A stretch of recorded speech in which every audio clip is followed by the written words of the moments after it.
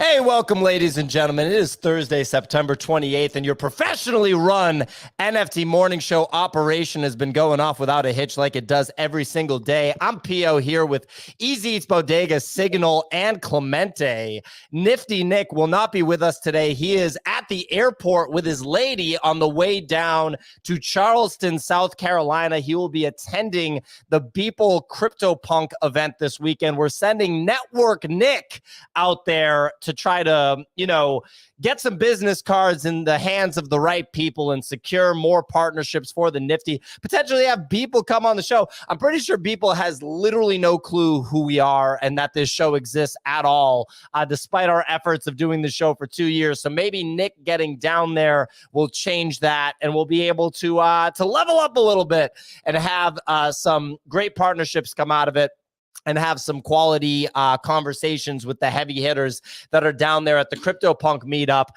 Fun fact, I said to Nick, I was like, oh, did you guys make any reservation, or are you guys going to go to any barbecue places? And he goes, I don't know. And I was like, you're going to Charleston, South Carolina, and you're not going to go to barbecue places. So I sent some Rodney Scott barbecue, which is hyped up, but it's actually not as good as Lewis barbecue. And he goes, oh my God, this place looks really good. And I'm like, yeah, dude, you're going literally to the South. What did you think? They weren't going to have good barbecue? So Nifty Nick's a little out to lunch, no pun intended, when it comes to restaurants, but he's going to be on his game when it comes to, locking in some relationships at the Beeple event. Easy, you've spent a lot of time in Charleston, haven't you? I was born in Charleston. Fun fact. The more you know. Damn. You're a Charleston boy. Yeah, it's on the passport, whole nine. That was hometown, And I was there for one of my best friend's bachelor parties, I want to say last year, and you recommended Lewis Barbecue. Went absolutely electric. Very, very good. Clemente, pull up Lewis Barbecue real quick. That place is fire. Dude. Absolutely incredible. Pull that up.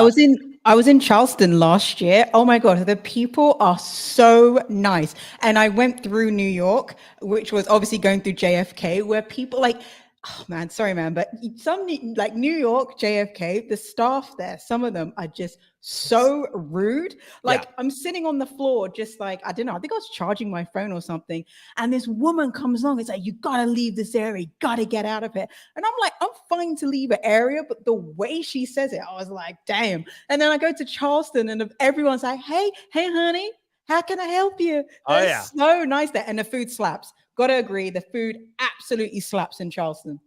It's so good. Okay, so we got Verbal Ledge in the YouTube comments saying Texas is beef, Carolina is pork. So he's implying you would get Texas brisket, for example, or maybe beef ribs, whereas Carolina is pork. That would make sense because Rodney Scott, the full title of Rodney Scott is Rodney Scott Whole Hog Barbecue.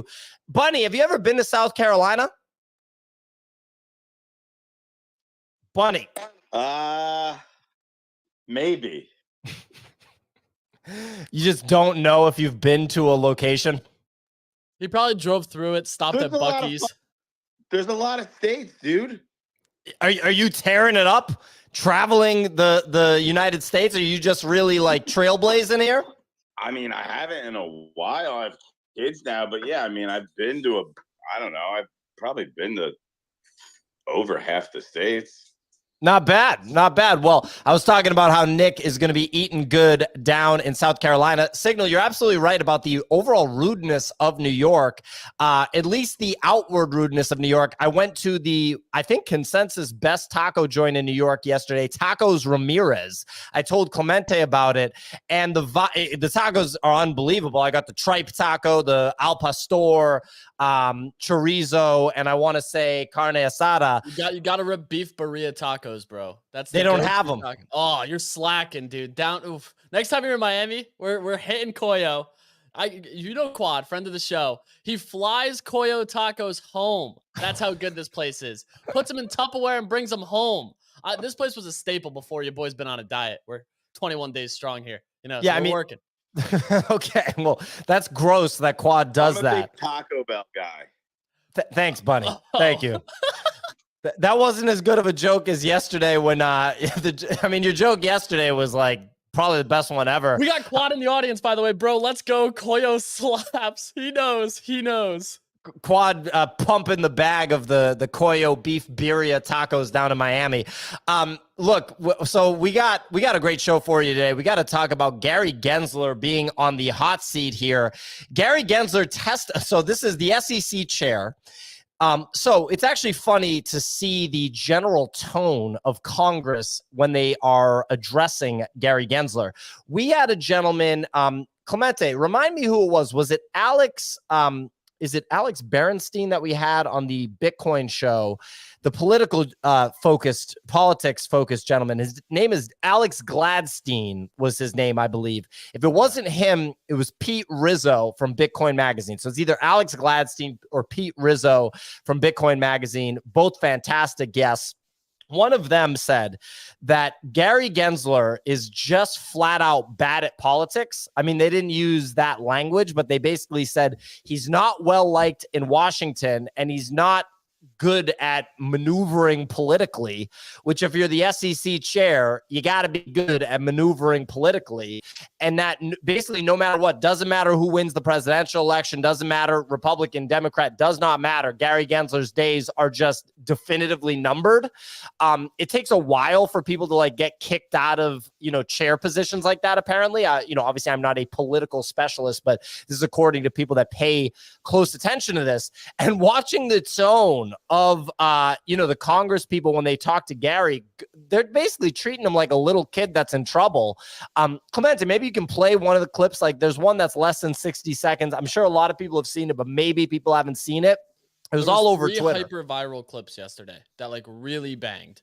You had the Photoshop, the photo bomb in which Gensler had the shield from Coinbase. This was my favorite one from Richie Torres, a sitting congressman. Pokemon card. And it was crazy because yesterday just so happened to also be the courtyard drop. And Richie Torres basically broke down, is a Pokemon card a security, yes or no? Gensler says no. Immediately then he goes, is a tokenized Pokemon card a security? And Gensler's response is, I would need more information. Yeah, so here, let's run it. 39 seconds, ladies and gentlemen. Suppose I were to purchase a Pokemon card. Would doing so constitute a security transaction? You could purchase a Pokemon card. I don't know what the context is, but if you're just purchasing a Pokemon card. If I purchase a Pokemon card, is that a security retail transaction? store, that's not a security. Okay. If I were to purchase a tokenized Pokemon card on a digital exchange via a blockchain, is that a security transaction? I'd have to know more. Okay. He'd have to know for more, you, the ladies and process of gentlemen. Tokenization is what transforms a non-security just said transaction into a security transaction? Look, if the investing. I thought you were public- technology neutral. Suppose I were to purchase a I can't hear this pop filter go off every time he says "puh." Good God, Congress, get some pop filters on the microphones. Holy smokes, that was ridiculous. All right, and then let's run the one where what's his name? Emmer. Emmer is just Emmer going goes against hard him. on him. So real quick, ladies and gentlemen, this is another congressperson just going super hard on Gary Gensler.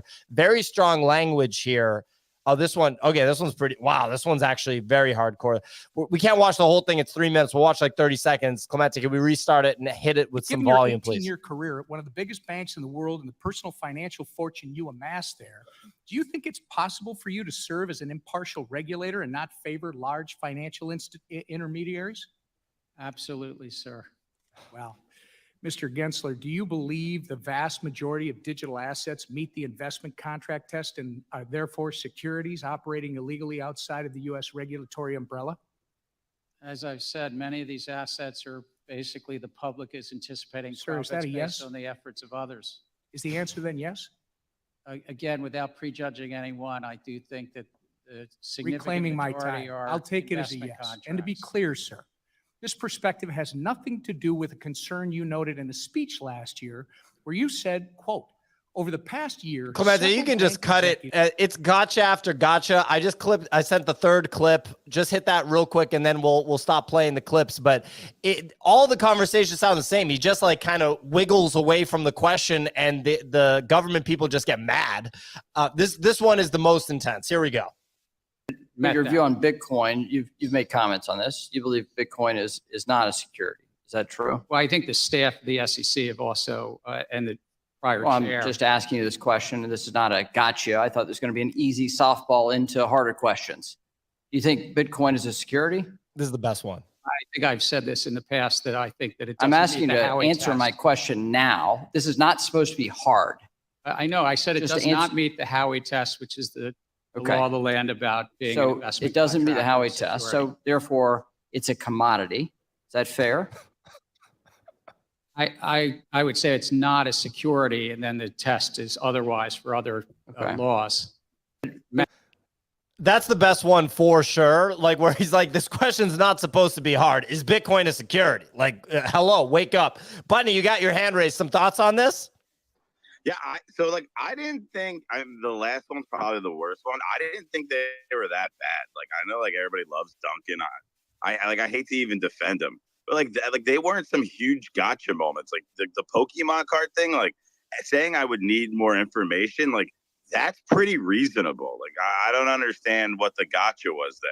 I get where you're coming from. I think that the gotcha there is just like, okay, so even though it's still just buying a Pokemon card, introducing any sort of digitization, that's, you know, a problem for you. I agree it's not as big of a gotcha, but is Bitcoin a security and he won't answer the question is just like, it does kind of say a lot because it's the most fundamental question. He said on record before that Bitcoin is not a security. So it's just funny that he wouldn't answer. And it's also funny how hardcore that congressperson was kind of hitting him with that. I wanted to ask. Sorry, maybe you guys know, because I mean, obviously he looks like he just wants to say, I plead the fifth. Like that's the feeling that he gives on every single question that's what he wants his answer to be. But what is the outcome of these hearings? Because this isn't the first time he's been pulled up in front of Congress. When people like him go up in front of Congress, like what is the outcome of this? Is it just to sort of tarnish their reputation or help them strengthen their reputation so they can get kicked out later? Just trying to understand like the US political landscape and the context of these hearings. There was a threat of the first ever subpoena being dealt by Congress to the SEC. That there was like a legitimate threat. It was like, I don't want to have to do this, but you're going to make me do it. He refused to comment on his involvement with Sam Bankman-Fried and FTX. So someone said, they asked multiple times, what is your involvement with SBF and FTX? Have you had any further conversation with him? Have you taken any donations? Furthering that conversation and belief around it. And that's where he got a lot of pushback, because obviously like that is a direct conflict of interest. Knowing what people have known, showcasing this is like a potential area where you almost like have to be cautious, I would say. And I don't know if cautious is the right word, but it's like he could have taken donations, which is a big concern. And obviously we've already seen handfuls of Democratic Party representatives receive millions of dollars in donations that were customer funds from FTX. So that's where the subpoena threat comes from. Because of that, there's the reason that they do this. The SEC actually testifies in front of Congress to set some level of precedent and some other things. I believe it's like once a quarter. So every 3 months they have these hearings just to discuss the current financial landscape, where the economy is, what's going on. It's like FOMC, but just slightly different meeting, where instead of directing conversations to the public, discussing interest rates, they're discussing the overall financial system that's currently ongoing in the U.S. Yeah, I mean, good synopsis. Real quick, one of our commenters on YouTube, Nate, said, kind of feel like Gensler just like trolling, TBH. Guy always got some cringe little smirk. I agree with the take, Nate. I don't know if I could say that the SEC chair is just trolling in a congressional hearing, but it does kind of feel like that sometimes. Look, ladies and gentlemen, today we are going to discuss the adapt or die NFT phenomenon. Did you coin that, Clemente, or is that something people are talking about? I coined that thing, dude. Let's go. Wow, Clemente coining things. We'll see if it catches fire. I'm gonna bet it doesn't. Just kidding. We're gonna talk about the latest NFT business that's being built before our eyes. More fun language. Clemente's pen is on fire here, and we will be joined. Get this. By Charli Cohen from Rstlss on video to talk about the upcoming MareBears drop. Look, today's show is in partnership with Rstlss. You all probably have heard of Rstlss before. Rstlss is a Web3 native organization that's already collaborated with some of the biggest artists in the space, Claire Silver and Gremplin, among others, while also they've secured partnerships with the biggest gaming companies in the world, including Epic, Ubisoft, Activision Blizzard, Roblox, and more.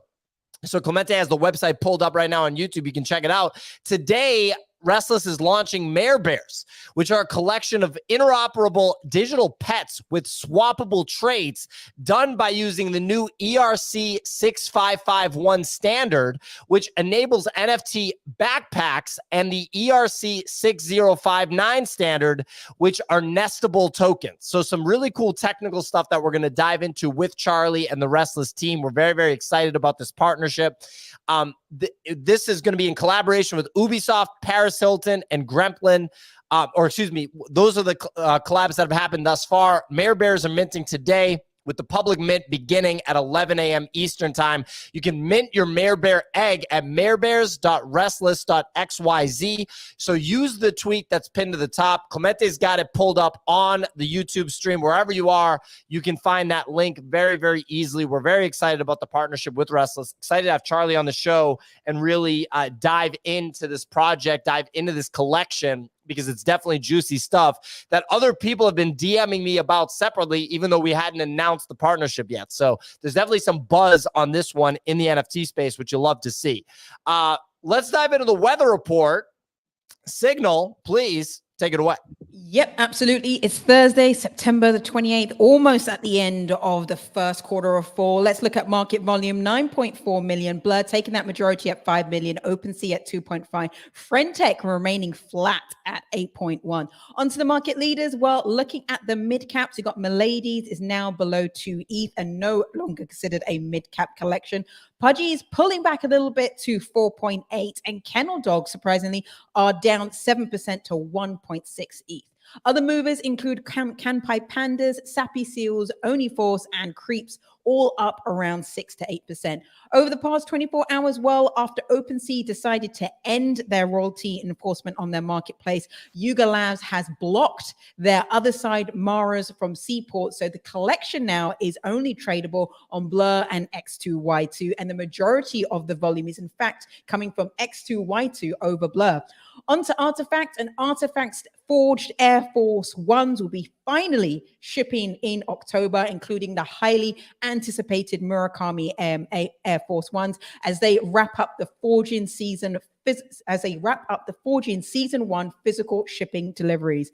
Onto PAX and its courtyard, they sold out $60,000 worth of Pokemon card packs in less than 30 seconds, with each pack containing a graded Pokemon card vaulted at Brinks. The pack holds a floor of $450, with a reveal coming on Friday. That's a win for Minters. And then finally, Gary Gensler, we've talked about him, testified before Congress as he faces criticism on his job performance as chairman of the SEC. He notably answered that buying Pokemon cards was not a security, but the tokenization and the purchase of them made things different. Coinbase also turned this day into a marketing campaign, parking a stand with crypto armored truck outside and showing the Shield logo during Gensler's testimony. That is all for today in the weather report, folks. Back to you guys in the studio. Fantastic weather report as usual, Signal. Some updates from the Daily Digest. This is the Nifty Daily Digest, available at thenifty.com. Also posted to X every morning. It's pinned up top on the Twitter Spaces stage. So check it out there. Bears announced the launch of an 8-inch limited edition Toy physical collectible with pre-orders available on September 29th. Looks pretty cool.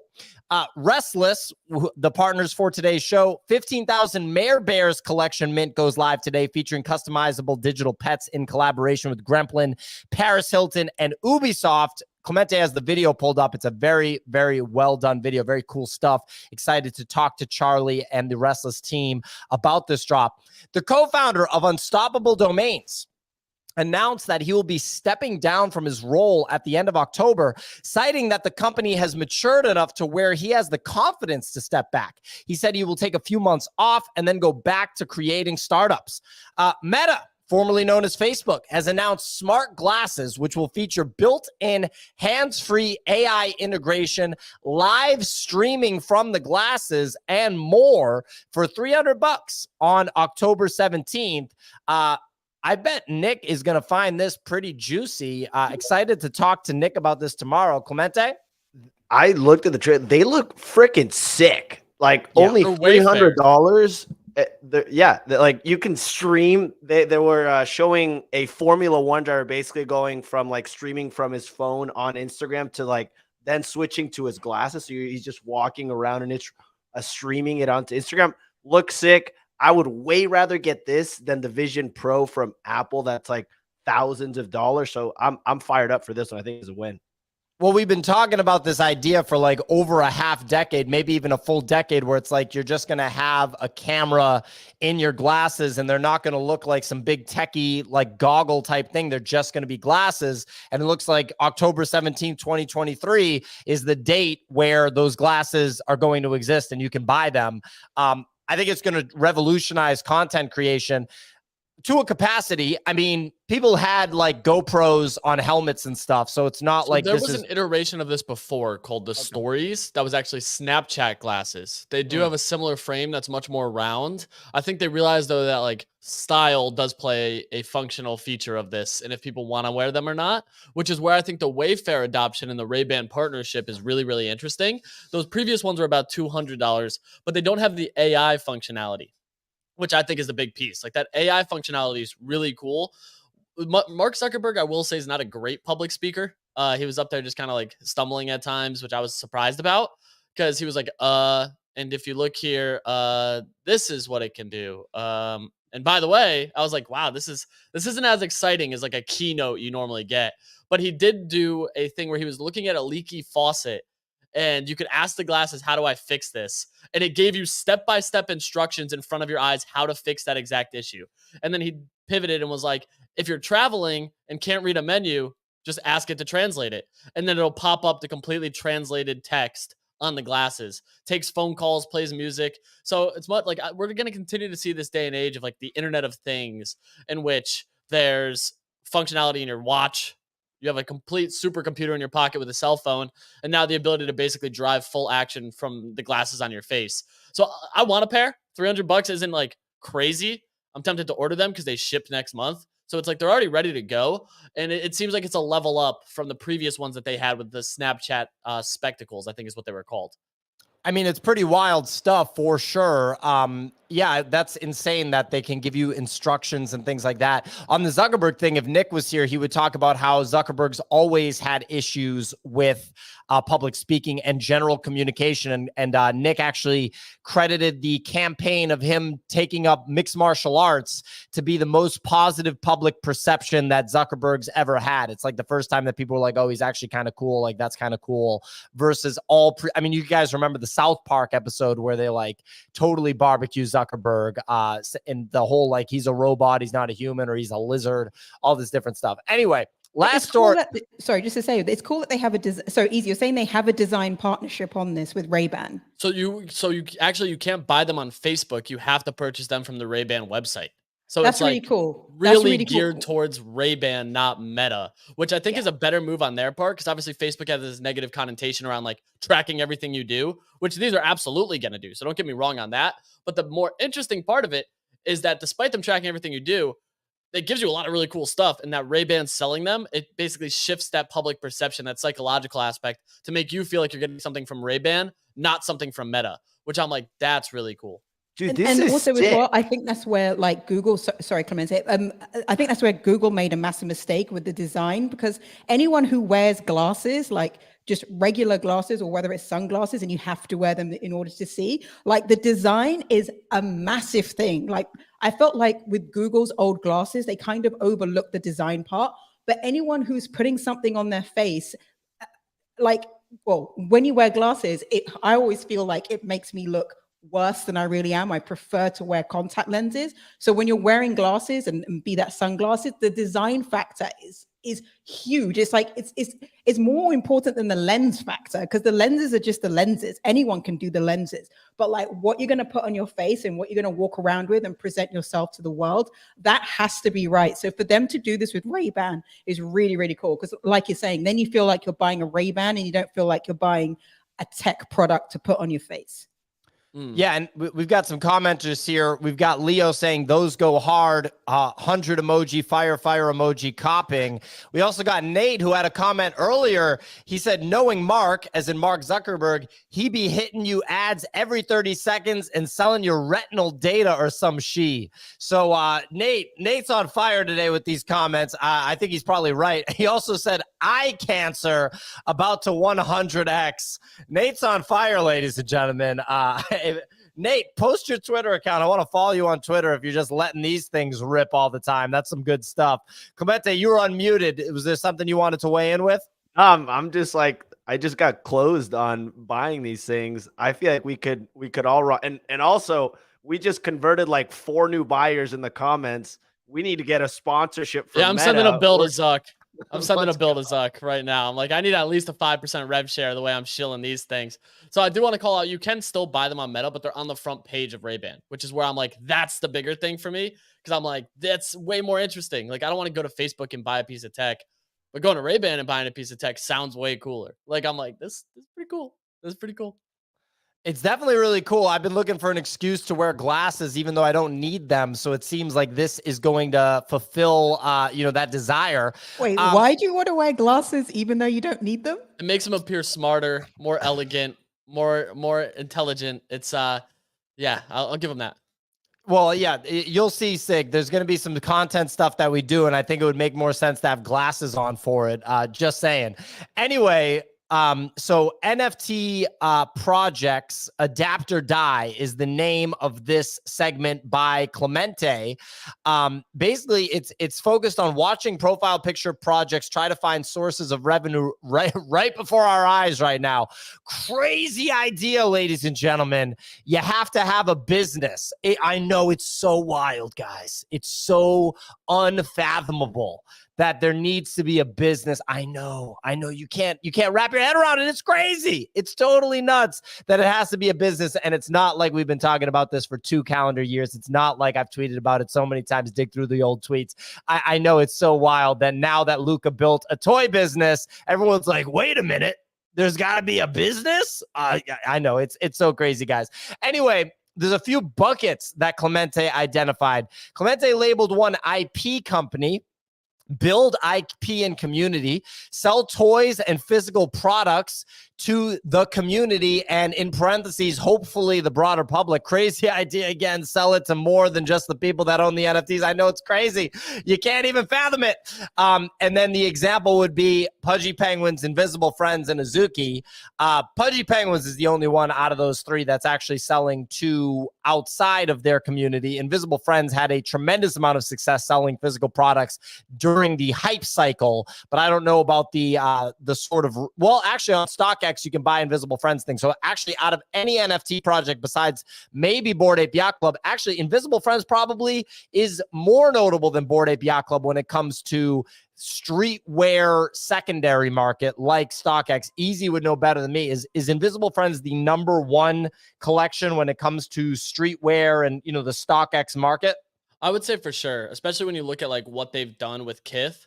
Kith is still regarded as like one of the larger brands in the space from that standpoint. So I would say, yeah, no hesitation. They are like the leader right now because Kith is still in the now, like great collabs, markups on pricing and everything else, and very quality clothing. Like, dude, I have a ton of their stuff and I have 0 issues buying anything from there.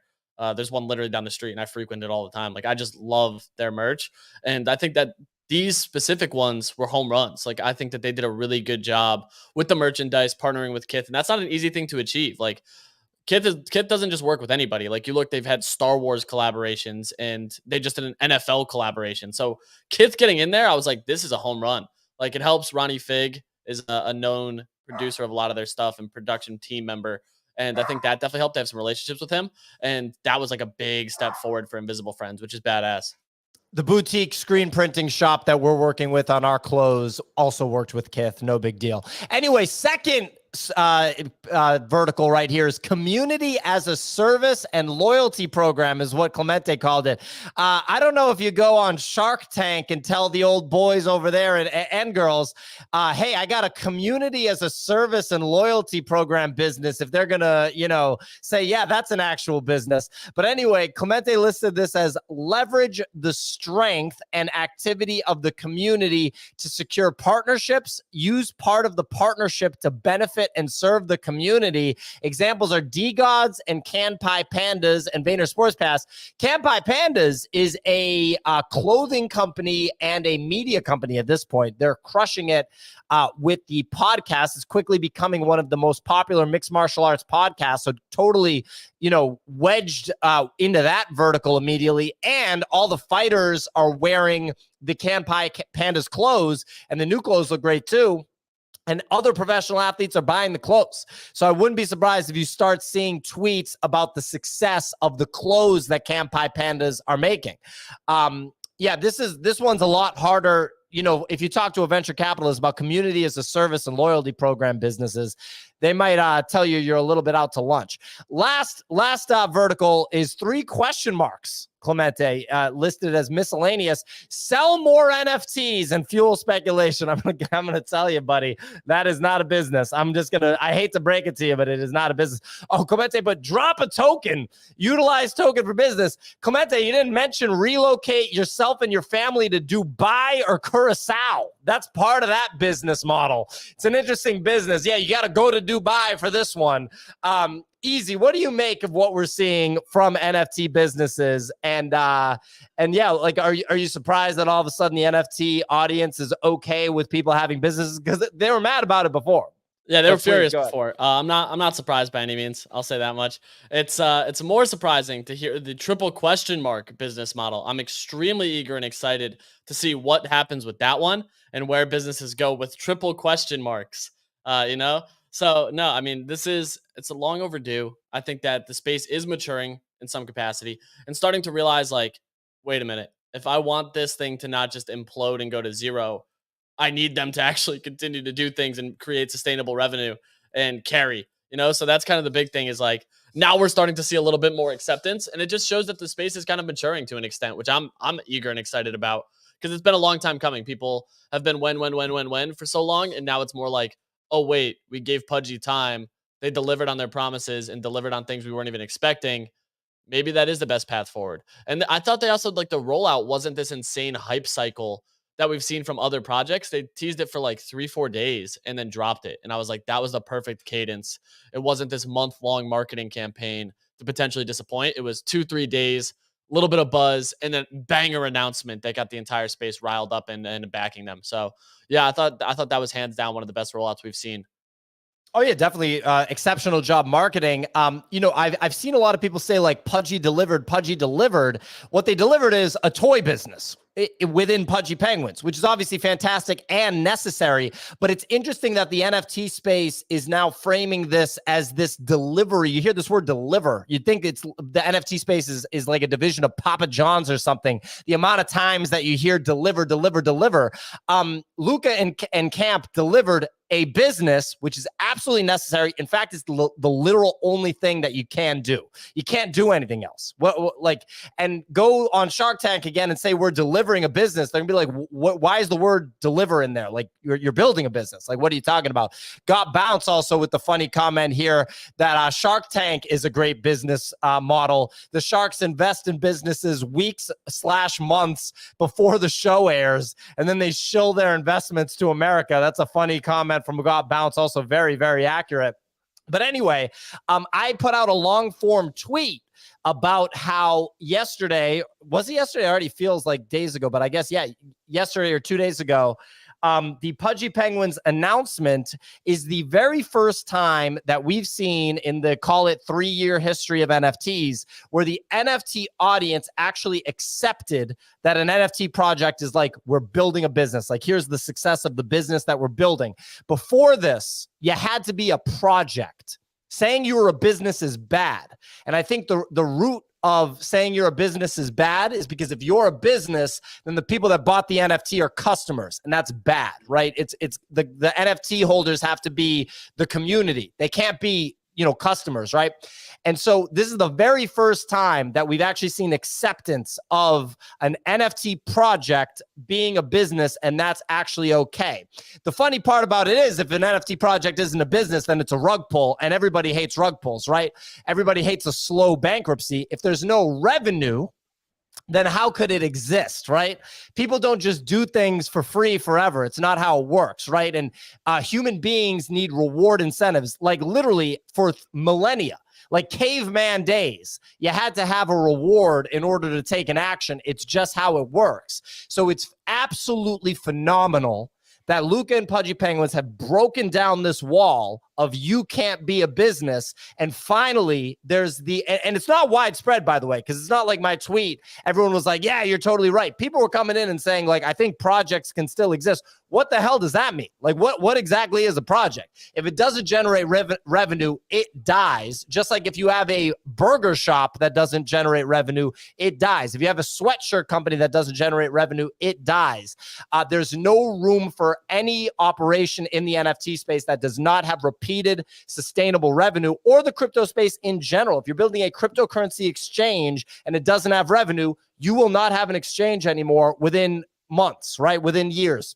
And so that is the single most important thing, in my opinion, to come out of yesterday's or 2 days ago announcement. My hat is tipped to Luca because the thing that he did twofold. He built an actual business, and I said that ship is sailing because I do believe they will have continued success with the toy sales. And then on the second front, the way he communicated it, the way he marketed it was in a way that the NFT audience appreciated, and that is such an important factor. So my hat is tipped. I will stop ranting, and I'll throw to Signal to get her take.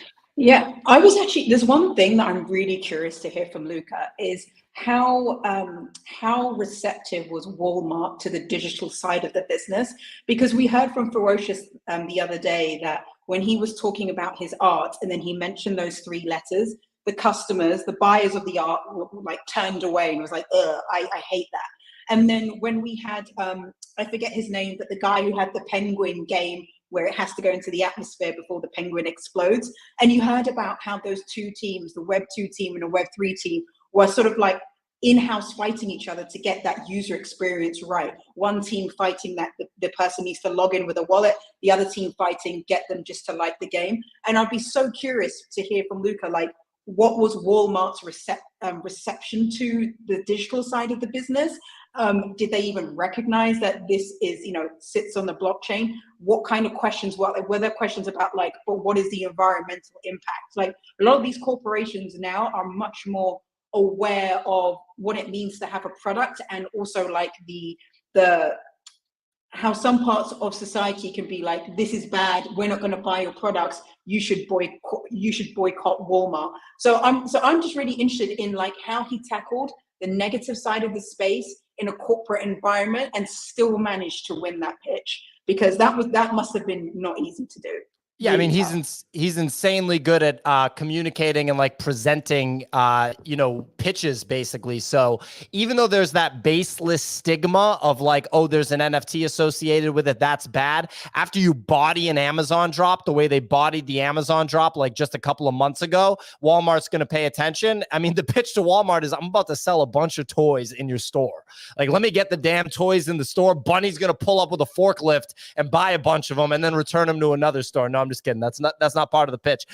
We're going to keep this discussion going real quick.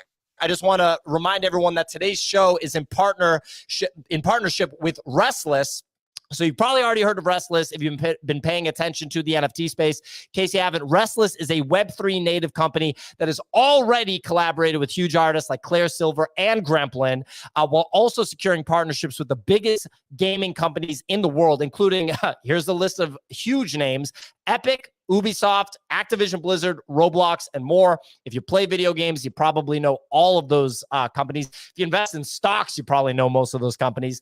Today, they are launching MareBears, which are a collection of interoperable digital pets with swappable traits done by using the new ERC 6551 standard. So you've probably seen some of the techie people in the space tweeting about this. We're going to dive deep into that and talk about why that decision was made. It enables NFT backpacks. And then also the ERC 6059 standard, which is used for nestable tokens. So we're going to dive into all of that when we're joined by Charli and the team a little bit later. So this drop is in collaboration with Ubisoft, Paris Hilton, and Gremlin. The MareBears are minting today. The public mint is beginning at 11 a.m. Eastern time. You can mint your MareBear egg at marebears.rstlss.xyz. Clemente has that pinned on the Twitter space. There's a pinned tweet with it. On the YouTube show, you can see it at the bottom of the screen on the banner. That's marebears.rstlss.xyz. So definitely check it out. Really, really excited about this partnership, excited about this drop. Clemente, you wrote this NFT Projects Adapt or Die segment. Was there anything that I missed that you wanted to discuss here?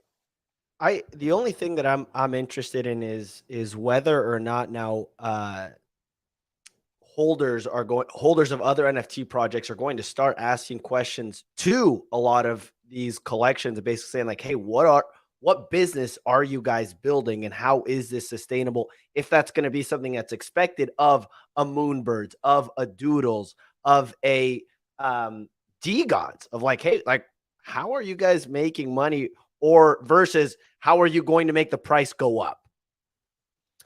Yeah, I mean, look, I talked about it yesterday. I don't have to rehash it, but once you actually have an actual crazy idea, guys, it just sounds so funny to say this. It just sounds so funny to say this. Once you actually have a business, I mean, go tell Mark Cuban, like, yeah, you know, we believe that in the next 24 months, we're going to figure out how to make a business. You can be like, oh, okay, best of luck to you, buddy. Anyway, once you have a business, then all other problems go away because you have a recurring revenue, sustainable business. You can set the floor price of your NFT. And I talked about this yesterday with just stripping everything away, having the most brutal, hardcore perspective. I'm not saying this is what people should do. I'm not saying this is what they will do. I'm not saying this is what they'll say they'll do. But when you really strip things away and you just have the most brutal, hardcore look at it, I mean, dude, companies do stock buybacks. This isn't like a new thing. And so having a business solves all problems. It's actually the only thing that you possibly can do. Otherwise, you are looking at a slow bankruptcy. So every single NFT project is going to have to figure out how to make a business and how to do it now. By the way, they should have been doing that for 2 years. And I've been tweeting about people doing that for 2 years. So it's not that crazy of an idea. Next story here. Clemente says, Azuki is my bet for Q4 2023 winner. We got to get Signal and Easy's take on this. Yeah, Clemente. All right, Rocky, take it easy there, buddy. Why is Azuki your bet for the Q4 W? So I've been looking into them a good amount the last week or so. Essentially, my thought process is this. These guys have been quiet as all hell since the little Elementals meltdown. They went down, Azuki floor price went down by like 50%, but it's pretty much stabilized in this mid threes area. My bet, basically what I'm betting on here, is that they have something to deliver here. I know they've been meeting with line friends. I'm sure they have something queued up on the merch point of view, but my big bet is that they roll something out on the anime side that they have up their sleeve. But from my point of view, there is no shot in hell that Azuki doesn't have something to deliver before the end of the year. And when that comes out, the thing that Azuki's holders are best at is coming out of the woodworks and coming in hot with money and support on the social point of view to boost this thing.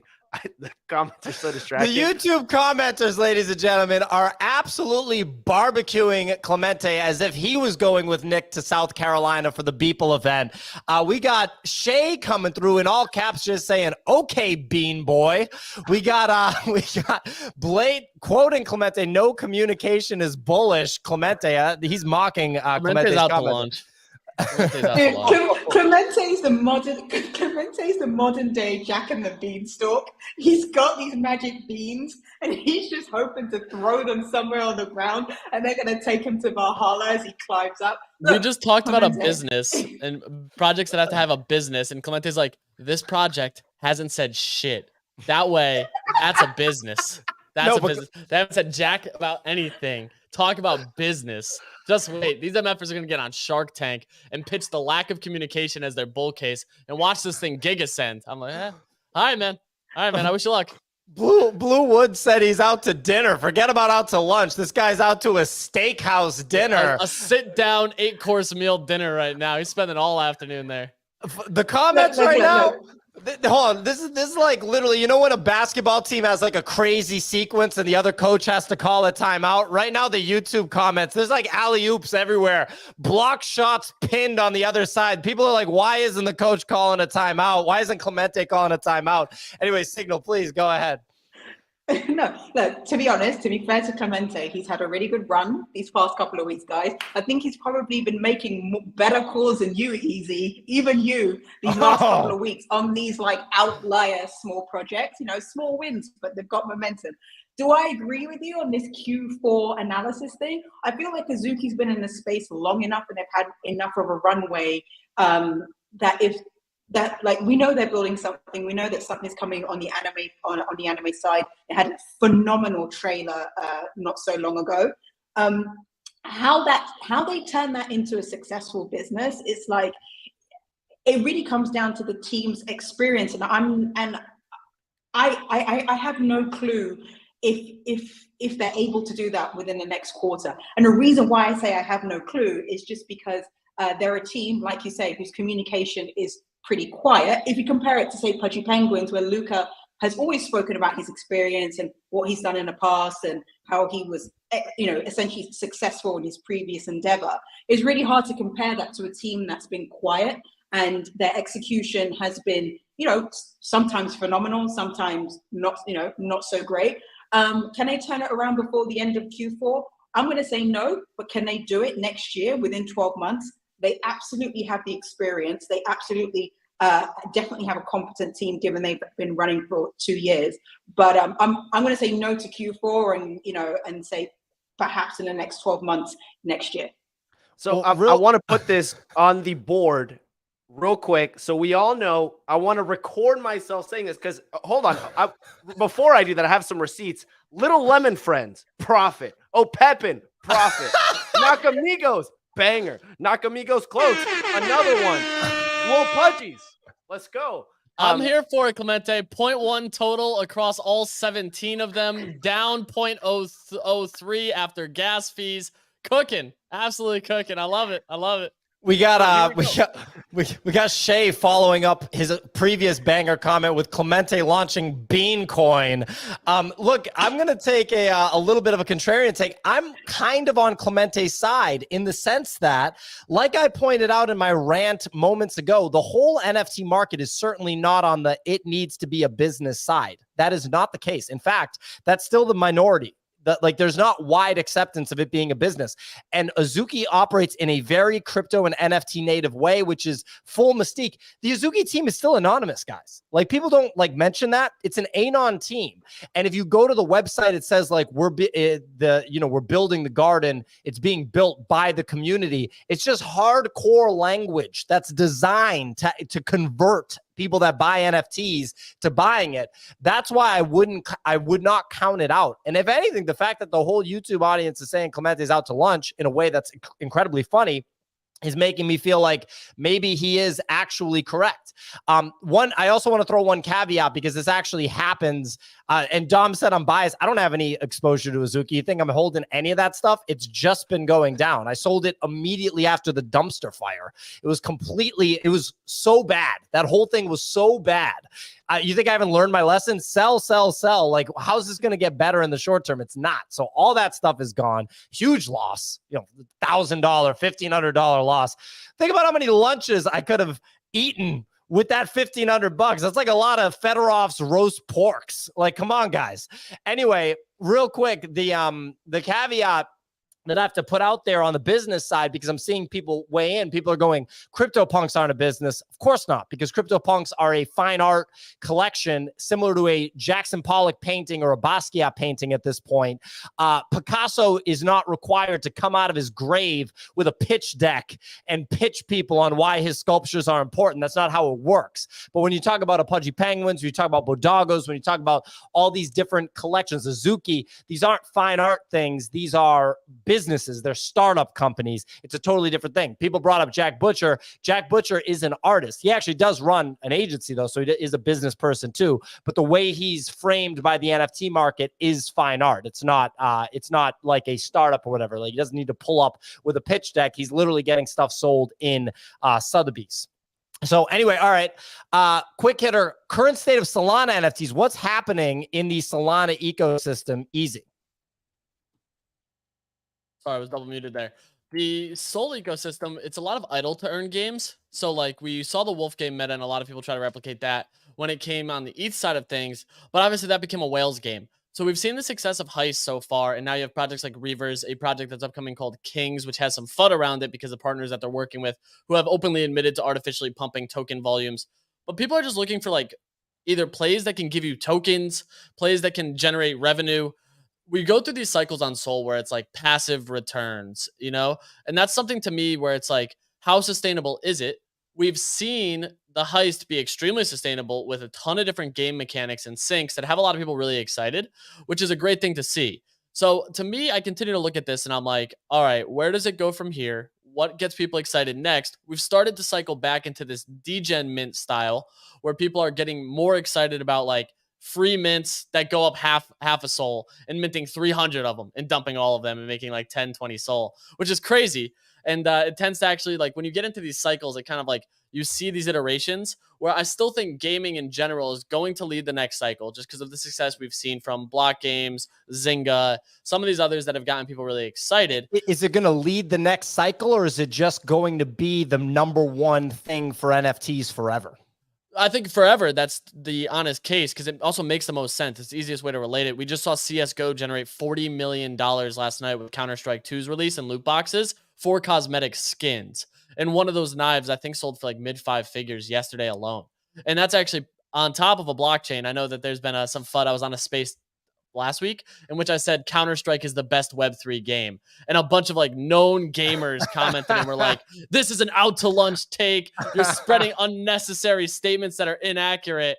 And like, I just said it because I was like, they use a blockchain infrastructure. Obviously it's not a Web3 game, but the underlying tech stack for how they record on a public ledger is used. Like, you can't argue that their database is a public blockchain called, I want to say it's the Mythos blockchain, which NFL Rivals uses too. So I got a lot of pushback from like real gamers and who are heavy Web3 gamers who were like, you're spreading this false message. But it's showing a use case that makes a lot of sense. And things like Iskro, which we had on yesterday, are showing use cases and platforms and launchers that make a ton of sense. I talked to the Proof of Play team, which was great. They just raised $33 million for easy onboarding in a free-to-play game that's rolling out.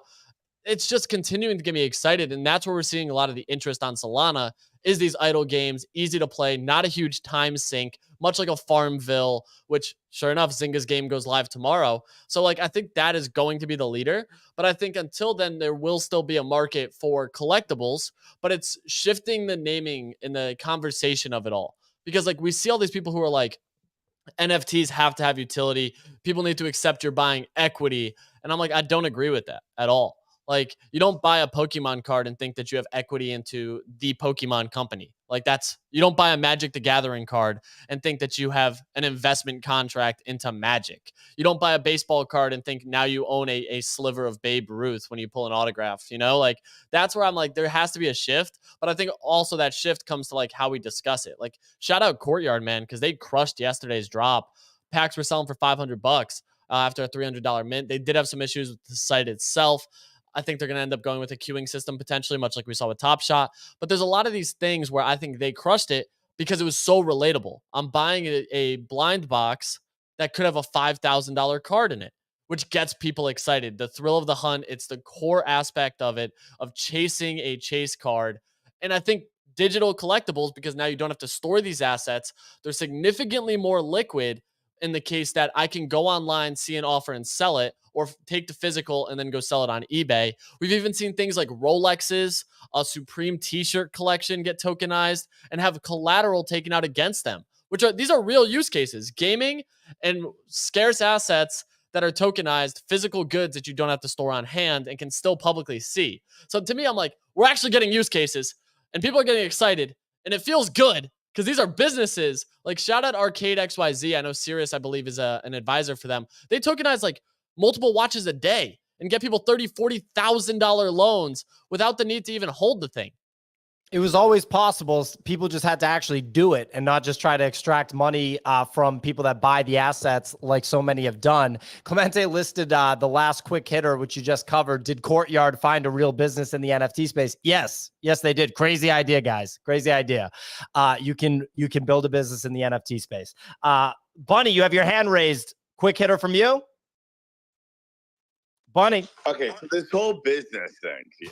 So, like, what do you think? You think MFers, miladies, like, they just go to zero inevitably? Yeah. I don't agree on that. I really don't agree on that. Yeah. They'll just be treated as a crypto token then, and that's cool, but that's not like something that you can go and like pitch Mark Cuban on. This is not how it works. But there is also things like clubs and communities, like Soho House is an absolutely massive business. I think online communities will continue to persist. Like you look at it and people compare Miladies to like the 4chan of the crypto space, except it's token gated. And like, dude, there's an audience for it. As crazy as it sounds, DGods is the friendship company. I think there's an audience for it. Like that's the thing is like once these people start carving out niches that make sense and start to have more experiences that are more frequent in cities, locations where like the physical meets digital, then it becomes really interesting to me because that's where there is a sustainable business model, much like the Soho House model or country clubs. Like, dude, people pay hundreds of thousands of dollars just to participate in a couple dinners a year and golf frequently. I actually disagree with the way you're thinking about it, Easy, but now that I don't think they'll go to zero. I think the chance for them to have any sort of price would be that they actually just become grail collectibles. So if anything, they actually, funny enough, they become fine art, which is pretty funny. Who'd have thunk it that Miladies and MFers literally become fine art? But that's basically the path because no, they're not going to go and raise VC capital for a social club. But they probably will always hang around because the crypto people like to buy them. Anyway, ladies and gentlemen, time to have our discussion with today's show partner, Rstlss, and specifically CEO Charli Cohen. Charli, welcome to the show. Hey, thanks so much for having me. Oh, our pleasure. We're incredibly excited to learn about the MareBears drop. But before we dive into that, for anyone that's maybe unfamiliar with Rstlss, obviously we pointed out the collabs with Gremplin, with Claire Silver. The Claire Silver one got a ton of buzz. Gremplin one definitely did too. Could you give us a kind of 60-second summary of what Rstlss is? Yeah, of course. And you've been doing such a great elevator pitch on Rstlss that I'm slightly intimidated now. But yeah, I'll definitely give it my best shot. So Rstlss, big loaded statement here that I believe to be true, is the future of game-ready interoperable assets. So the Rstlss platform allows anyone, whether you're a 2D or a 3D creator, to easily build and trade your own digital merchandise. Think wearables, accessories, weapons that can be used cross-platform. And then as well as building for open metaverse, we're also partnered with some pretty big game developers. So Epic, Ubisoft, Activision Blizzard, Roblox, and we're building standards that bridge these with Web3. So we've done some very cool collabs through this year that have been really about kind of demonstrating like proof of concept to both Web3 and Web2. And yeah, we've worked with amazing artists like Claire Silver and Gremplin to be able to do that. And now we're sort of progressively starting to onboard more and more artists into the platform. And then MareBears is an IP we're launching today, which is core to the whole Rstlss engine. The bears are interactive 3D pets. They're fully composable, interoperable, super fucking cute. You min an egg, which hatches into your MareBear, and then you can start trading and swapping traits to optimize for rarity or for aesthetic or for your personal fandoms.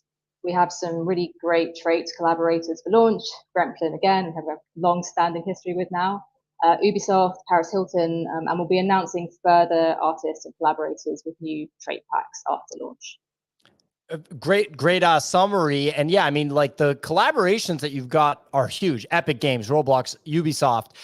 What's the process been like for that? You guys are absolutely nailing it. I can't imagine locking in a Roblox, a Ubisoft partnership is an easy thing to do. Could you kind of walk us through how some of those things came about?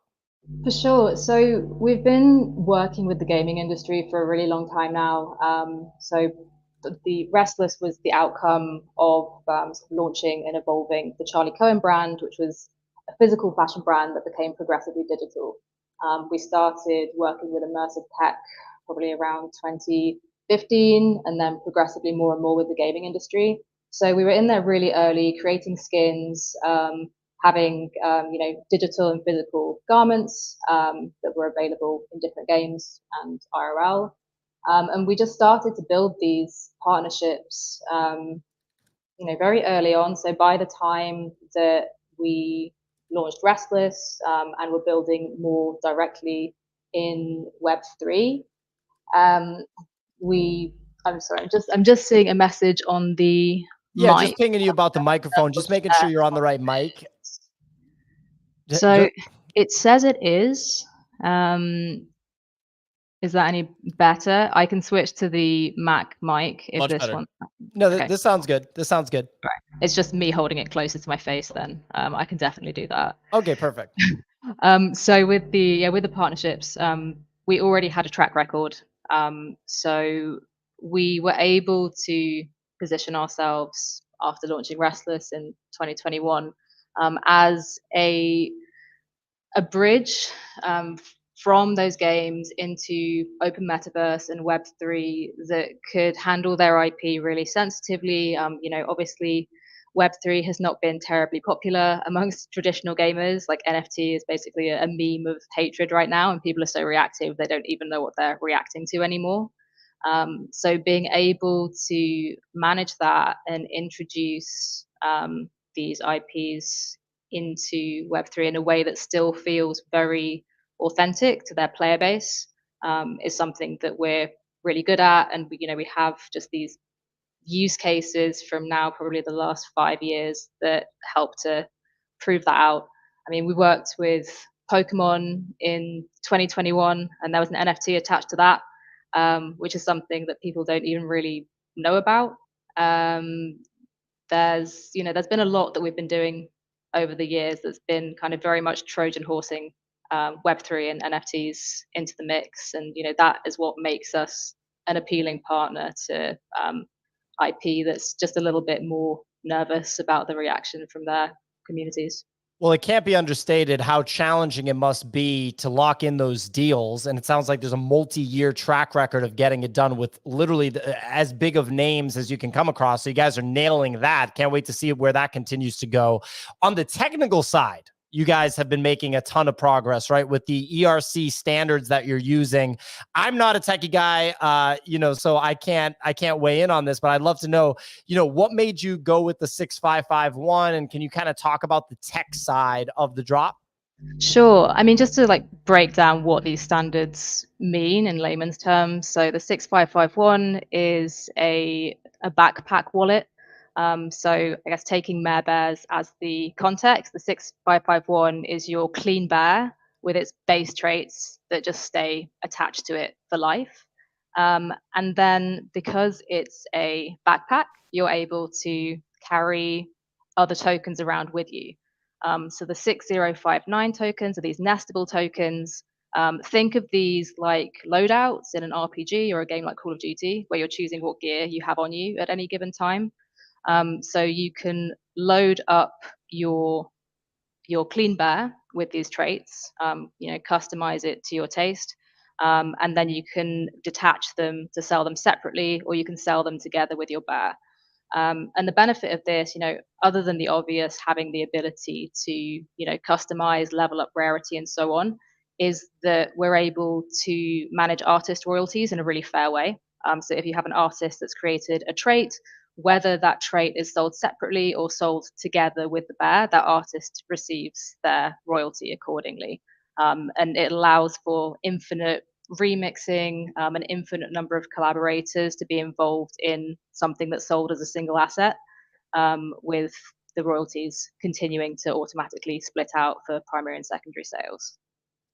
That's incredibly cool. And obviously the royalty conversation has been a huge conversation since the beginning of NFTs.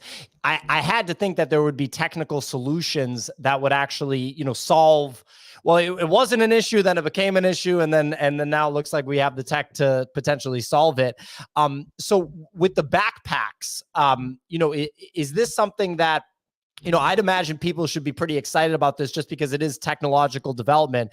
Can you talk a little bit deeper? I know you just touched upon it, but a little bit deeper in the backpacks and the customization? Yeah, sure. So the backpack is kind of always, it's the fixed base that you can then customize. So I guess in the case of a MareBear, they're made up of different elements. So you get your base bear that's made of, say, gold and rubies. And that's your backpack. It's always going to be like that. You can't switch around which elements that base is made of. And then you're able to attach the other tokens to it. So you're like, okay, I want to have a, a crown, a set of like mecha armor, whatever else you want to attach to this bear.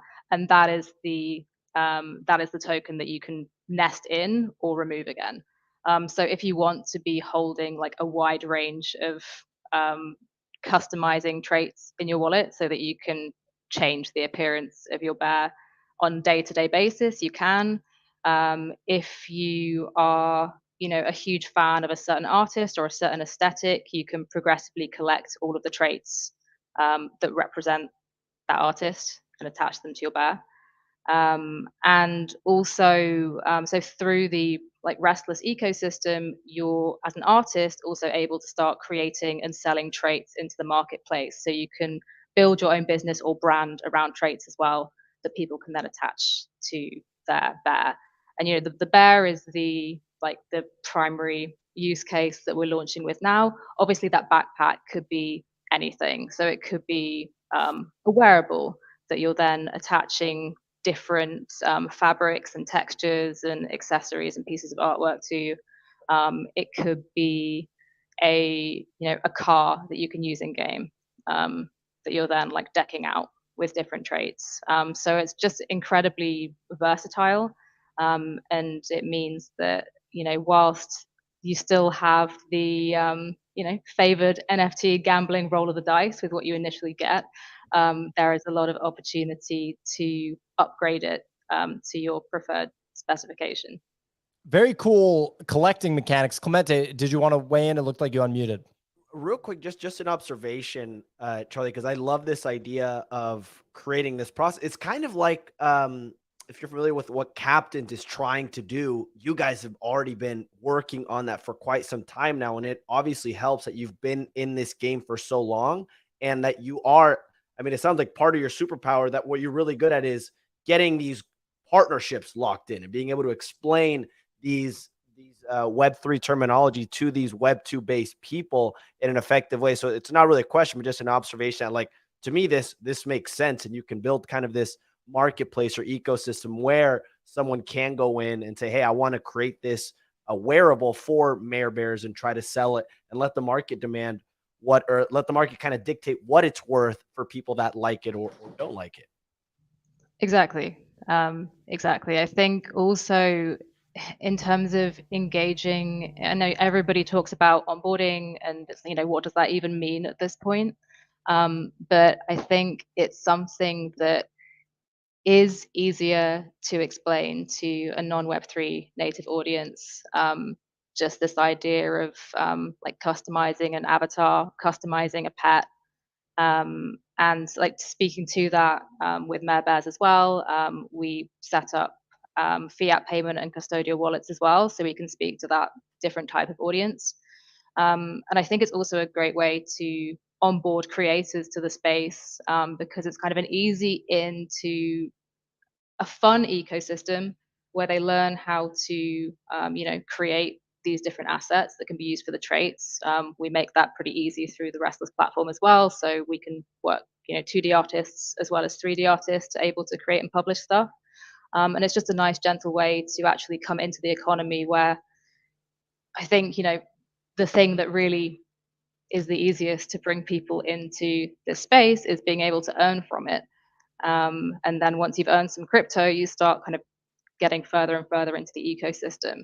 So it's thinking about how do we facilitate that first bit of crypto that somebody earns, and how can they actually access that before they've even had to set up their own wallet. Yeah, I mean, that frictionless onboarding is incredibly important, and it sounds like you all understand that. I'd love to hear your take, Charli. You know, we've talked about games and gaming on this show quite a bit. Like, from your perspective, if you had to like kind of make predictions, what direction do you think the sort of integration between NFTs / Web3 and crypto and gaming is going to take? It seems like you're significantly closer to it than anyone that we've had on this show in recent memory. So I'd love to know, if you have any perspective on how these big companies are thinking about it. Sure. So, I mean, with like in terms of the traditional developers, the thing that's really going to move the needle is when they start rolling out IP that's been built as like blockchain backed IP from the ground up. There are some open world games where it makes sense to progressively integrate, but generally speaking, it's a lot easier for a game developer to start something brand new rather than trying to I guess, coerce an existing audience into something maybe they're like not familiar with or not comfortable with. And Ubisoft have already announced that they're building blockchain native IP. That's something that I know is going to have a knock-on effect generally. Like a lot of the developers have already got stuff in the works. Most of them have been waiting for a first mover before launching or announcing everything. So I'd say next year is going to be a really key one in terms of just these big traditional developers showing their hand. And then on the other side, and I'm sure something important to everybody listening is that it's not just the big developers that are kind of getting the lion's share of this market. We want to see like born and bred Web3 native games gaining traction as well. And the thing is, it takes a lot of years to build a really good game. And between like, if you think that 2020, 2021 is when most of these companies got funded. Like there's stuff that's probably only 30-50% built right now. So I think a lot of it's going to be patience. It's seeing like really high quality games that are coming from fully Web3 native teams. And say that's probably going to be over the next 3 to 5 years realistically.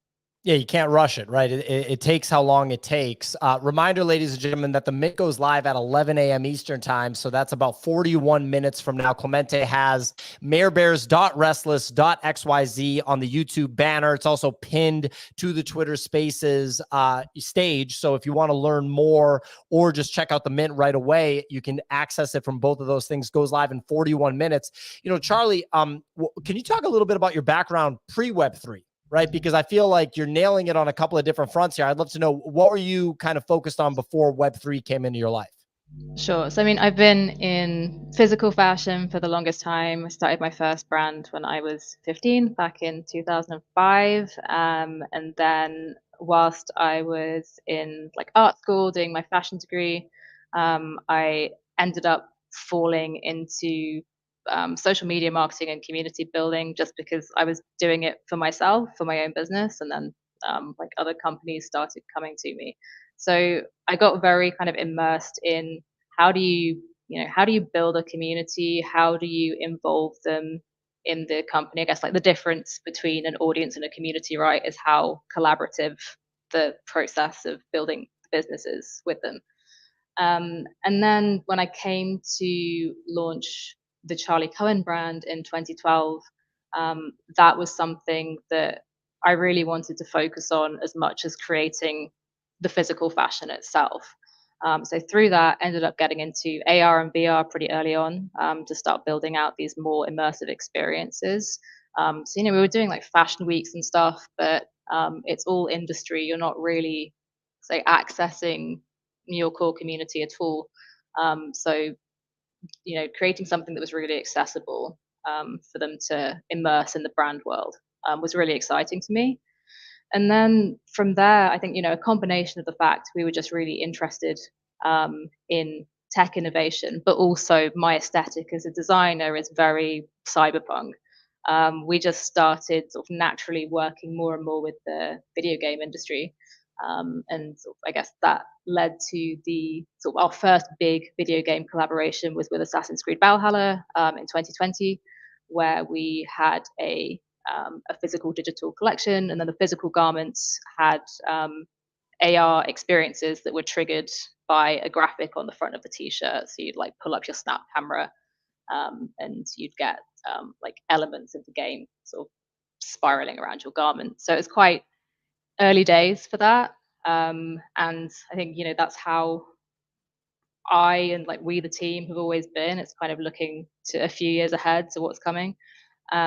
Sometimes being problematically early and trying to explain to people what the fuck we're doing. But, you know, that was why it was a joy when we got that Assassin's Creed collaboration at a time where people were starting to get the importance of digital identity more. Oh, nice one. Clemente with the great pull up here, ladies and gentlemen. Is this early AR stuff, Charli, that we're looking at? Yeah, so this is 2020. Wow. Well, I mean, talk about being on the bleeding edge. 2020 is insanely early. That was when I was really just kind of getting into Bitcoin. That's wild that you were already doing digital wearables, right? AR infused wearables. Where's the fashion industry at with all this stuff? I'd imagine it's still extremely early for that, right? So the fashion industry, and, you know, I guess more bull market things, but they were surprisingly ahead of the game compared to other industries. And I think part of that is because they were so late to the game with e-commerce and traditional social media, luxury brands especially, that they just didn't want to risk making the same mistake again. I think also, and, you know, through gaming, it's, you know, digitizing fashion and being able to, you know, create perceived value because, you know, there are lots of ways you can flex with your digital identity. It's something that's really natural for fashion brands. So in terms of the type of product that they can create, it's a more like easily authentic fit for the space. In terms of the way they go about it, it hasn't necessarily been that authentic. I think, you know, there are a few examples of brands that have done well and others that have received the heated skepticism of the Web3 community. But I think, you know, it is a very logical fit. And I think given that a lot of fashion brands, and I say especially luxury industry, started investing in Web3 initiatives, you know, in the last year or two,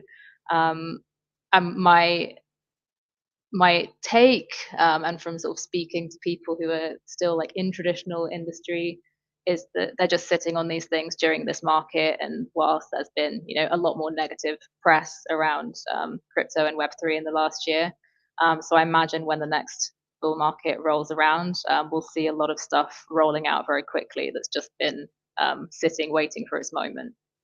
Well, I think a lot of people are anticipating that. Fascinating perspective. I did not realize that it was known that the fashion industry was super late to social media and e-commerce. And then that would make sense that they were like, we don't want to miss this thing, you know? Whereas a video game company, you know, video games, that's technology infused. You know, they're building things like in-game assets, in-game currency, selling skins, right? They've been early on the whole digital asset thing, just in a different way. So it makes sense that it would actually take longer for that industry to fully accept and adopt what we're talking about here. What else should people know about MareBears and about Rstlss, Charli, that maybe we haven't talked about too much? The public mint is in 35 minutes, you know, however it is minting right now, public in 35. Anything else people should know about Rstlss, about MareBears, anything that we're talking about there? Sure. So with MareBears, you are able to influence some of the traits that you get if you're holding other Rstlss tokens. And we did an initial snapshot before the allow list mint started, and we will do another snapshot in an hour's time. So if you're holding Rstlss Cryptodes collaboration or Rstlss Silver collaboration or Rstlss Keys, you are more likely to pull traits that are associated with those artists, and also only holders of those tokens are able to pull those traits. So that's kind of one of the mechanisms where it's been very tied in to previous Rstlss drops. I think, you know, the most important elements were covered. With the MareBear, as with everything that we're doing with Rstlss, it is interoperable. So you'll get your animated MareBear VRM that you'll be able to take into any space that supports VRM avatars.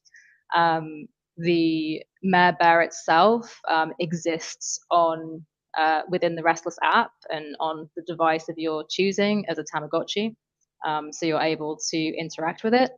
And then we also have a Rstlss currency called Transmutium. So Transmutium itself, it can't be exchanged directly for other currency, but it can be exchanged for assets in the Rstlss ecosystem that can be sold on for ETH or otherwise. And if you hold a MareBear in your wallet every day, you earn Transmutium through holding it. And if you hold both a MareBear and a Rstlss key, which is our Genesis token, you earn more Transmutium every day by holding those in your wallet. I mean, a true bleeding edge enterprise here, ladies and gentlemen. I don't want this is not an exaggeration. Charli is clearly a bleeding edge, technical visionary here. When you think about like the Assassin's Creed in 2020 to where we're at now, I feel like I'll digest this soon, but I'm just trying to keep up here.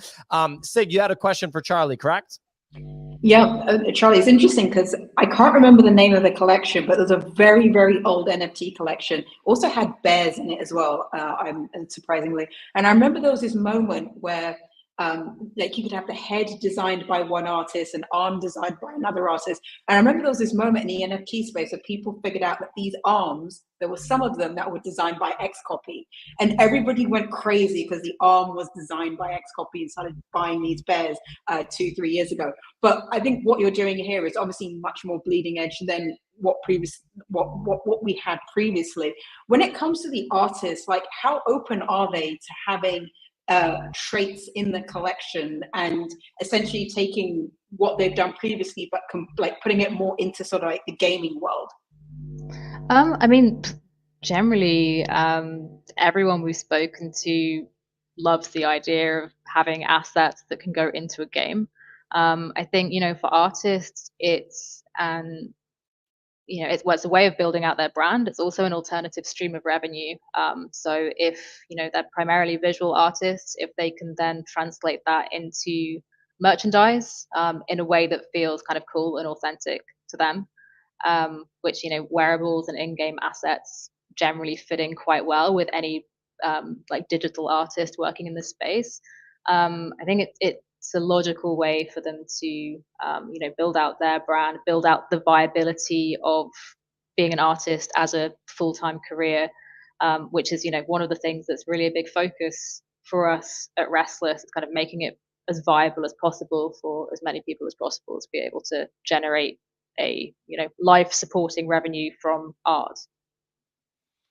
Well, I'm sure, artists can appreciate that. Ladies and gentlemen, public mint for this is in 31 minutes. We have the link on YouTube at the bottom of the screen. We have it pinned to the Twitter space.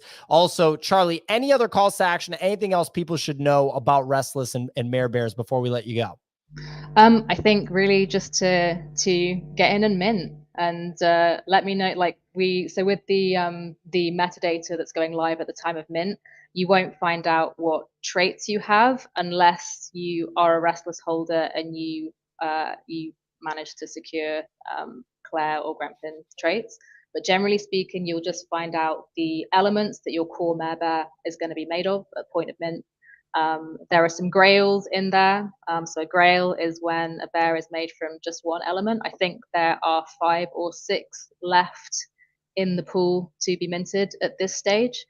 And then all of the other bears are made from 2 elements. So yeah, mint and let us know which elements you're pulling. Yeah, absolutely. Let the Rstlss team know. Well, Charlie, this was a real pleasure. Everybody should check out Rstlss. So that's RSTLSS.XYZ. MareBears is the name of the collection. MareBears. This was a real pleasure, Charlie. Very exciting mid, very bleeding edge from a technical perspective. So super cool stuff and amazing job with the partnerships too. It was a real pleasure having you on the show. Thanks so much. Absolute pleasure to be here. Absolutely. Well, look, ladies and gentlemen, that's our show. We do the show Monday through Friday, 9 a.m. Eastern time, available on Twitter Spaces, also available on YouTube, Apple Podcasts, Spotify Podcasts, wherever you get your podcasts. We're going to wrap with this one. Since the partner for today's show was Rstlss, I thought No Sleep Till Brooklyn would be, I have a very siloed music experience. It's mostly hip hop. Anyway, ladies and gentlemen, thanks for listening. Check out the MareBears Mint, Rstlss.xyz. All the links are available.